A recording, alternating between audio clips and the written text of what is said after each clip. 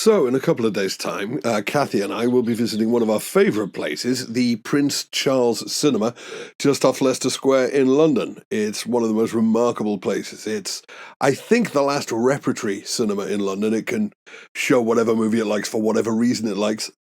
It programs things like Lord of the Rings, all-nighters, and it's a fantastic way to get to see those cult movies or vintage movies that you may only ever have seen on TV on a big screen. And in particular, we are going to a screening of Frank Oz's 1987 movie musical version of Little Shop of Horrors. But this is the director's cut of Frank Oz's A Little Shop of Horrors that we are going to see. Very rarely seen.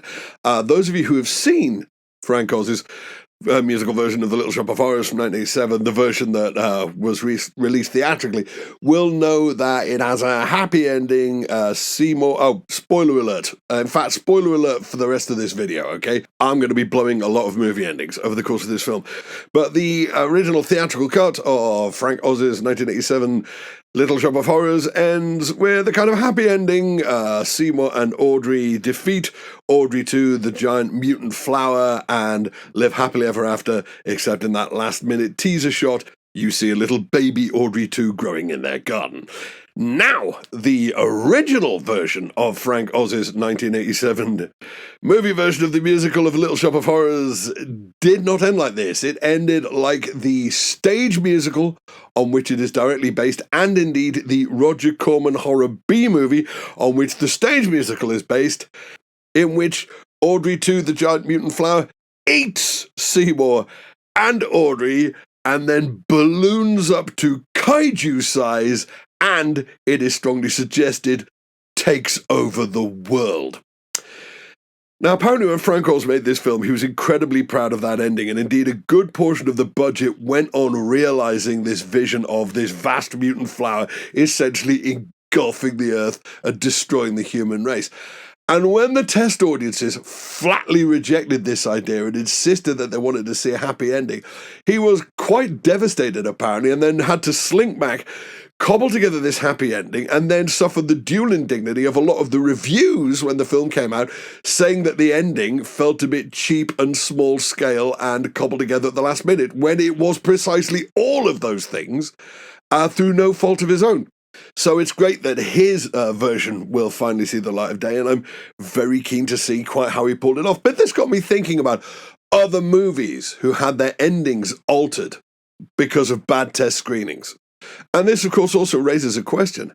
Has a movie ever had its ending improved because of bad test screenings? We'll start with one of the most notorious examples, Fatal Attraction. Now, if you've seen it, you will know that the theatrical release of Fatal Attraction ends with a spurned bunny boiling bit on the side, Glenn Close, turning up in a state of obvious derangement and the restored marital home of Michael Douglas and Anne Archer, and going full Norman Bates on everybody's ass before being shot by the wife character and dying in the bath. This is not how it was originally supposed to end. And how it was really supposed to end was way cleverer than this, and also kind of has more of an ethical center than the film as released. In the original version, Michael Douglas as the cheating husband who is now cursed with the clingy bunny boiling bit on the side, Glenn Close, goes to confront her. At one point, he ends up threatening her with a knife before coming to his senses and dropping the knife and storming out. He then gets arrested, and it turns out that the Glenn Close character has killed herself with that knife, preserving his fingerprints on it, in the knowledge that he will now go down for murdering her. Now that's a much cleverer ending. Ever so slightly less blood-curdlingly misogynistic than the original film, in which not only does the cheating husband eventually apparently get away with it, he appears to have been forgiven by the cheated-on wife, and the spurned female lover, who, one must admit, does have a kind of a case in objecting to having been cast aside the minute a presence becomes inconvenient, having been used for a few good times, is depicted as this swivel-eyed nutcase who the test audiences really wanted to, and I quote, see the bitch die. I mean, it did come out in 1987, and like almost everything else that came out in 1987, I read somewhere that the whole thing was meant to be an AIDS metaphor, but is having the main female character in your movie essentially be an analogue for a deadly virus not fairly misogynistic in itself?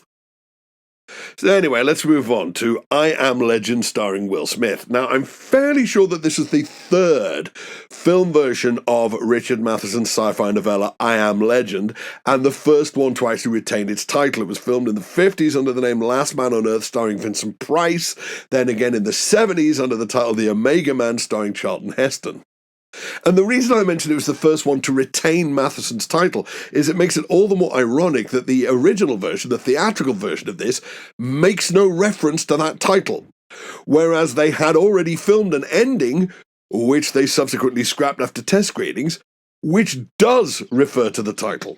You see, the story, as you probably know, is about a viral outbreak that wipes out most of the human race, and those few who survive have become nocturnal vampire/zombie things. Our protagonist is, as far as he knows, the only actual human being left alive in the world. And he spends the story fending off the attacks of these nocturnal vampire zombie things, trying to find a cure for the virus which has turned the human race into these nocturnal vampire zombie things, and also desperately trying to make contact with any other survivors who might be out there. Now, what the title I Am Legend refers to in the book is the hero's final solemn realization that he is essentially wasting his time, that the world has changed irreversibly, that the population of the world now is the vampire zombie things, and that he has become the monster that preys upon them. Now, I'll confess, I've never seen the Vincent Price version, so I don't know if the hero comes to that conclusion in that version. He very much doesn't come to that conclusion in the Chuck Heston version. In the original, unused ending for the Will Smith version, he does. Because in that version, he has captured one of the nocturnal vampire zombie things and is experimenting on it, trying to isolate some kind of gene which will tell him what the virus is and how it can be defeated. Now, in the theatrical version, he and some other survivors with whom he has made contact and who are living in some colony somewhere are besieged in his lab by the zombie things, and Will Smith heroically blows himself and the zombies up in order that his human companions can escape. Now, in the unused version, which is way more powerful, the zombies break into his laboratory, but instead of killing Will Smith and the other humans, they just rescue the one he's been experimenting on and take it away with them. Whereupon Will Smith has the realization from the Mitchell and Webb Nazi sketch, oh dear, I'm the baddie. They're the people now, and I'm the monster who kidnaps and mutilates them. But evidently that was too morally complex for the test audiences, and perhaps most crucially of all, nothing went bang at the end. People seem to be really happy as long as something goes bang at the end of a movie. Now, a movie in which nothing goes bang except in the most strictly figurative sense is Pretty in Pink. And again, this is quite a notorious example of what we're talking about. Now, in Pretty in Pink, one of the John Hughes 80s teen movie canon, Molly Ringwald's character spends the entire movie lusting after the rich, good-looking, aloof guy played by Andrew McCarthy, while being fairly blind to the affections of her altogether more suitable, dorky little mate played by John Cryer. So it's fairly obvious where this story is going to go. She's finally going to realize that the good-looking, aloof guy is the vacuous and characterless, and realize that her dorky pal is actually the guy she's been in love with the whole time. All fairly obvious, you might think. But I don't think it was the fact that it was obvious that was the objection of the test audiences when they were confronted with this ending, because that is indeed how this movie originally ended. Apparently they were just like, but no, she needs to get off with the good-looking guy. So again, at the last minute, everybody was hauled back in, and a new ending was constructed in which she ends up with the rich, good-looking guy. which kind of makes a complete nonsense of the whole of the movie. But hey, at least she ended up with a good-looking guy. And I wouldn't worry about John Cryer after something like 13 seasons of Two and a Half Men. I think he's probably doing okay. And the final example we will deal with today is First Blood, the 1983 actioner starring Sylvester Stallone, written by Ted Kotcheff, which introduced the world at large to John Rambo. Now, I saw this movie when it came out. I think I might actually have been a bit too young to get in to see it legally, but you know, what are you going to do? I was huge. And I really liked First Blood, and I watched it again just recently, and I still really like First Blood. Sylvester Stallone gets to do some proper acting as well as the action sequences. The action sequences themselves, while high octane, are all perfectly, within the laws of physics. And between all the head crunching and motorcycle jumping, it actually has something halfway valid to say about the plight of Vietnam veterans in 1970s and 80s America. And so, like a lot of people, I was fairly disgusted when the sequel came out a couple of years later and turned out to be just end-to-end Reaganite wank fantasy, which to my mind seemed to rather betray a lot of what the first movie thought it was about.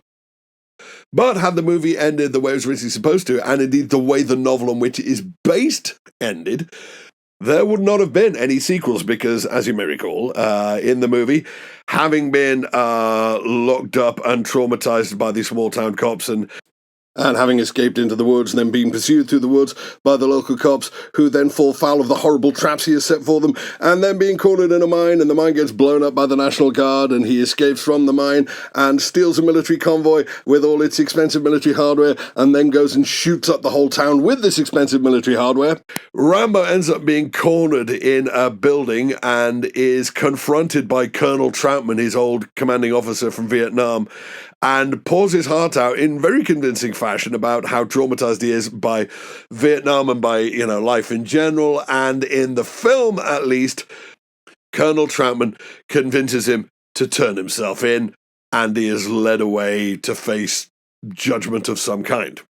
Now, when I say the original ending, that is slightly disingenuous. Like I say, the book ended a certain way, and apparently Kotcheff and Stallone decided to shoot two endings at the time and then see which one they wanted to go with in due course. So they shot the ending that we got, in which Troutman convinces Rambo to turn himself in, possibly also with an eye on a sequel. And they shot the ending from the book, where, having poured his heart out to Colonel Troutman, Rambo grabs Troutman's gun and blows his own brains out with it.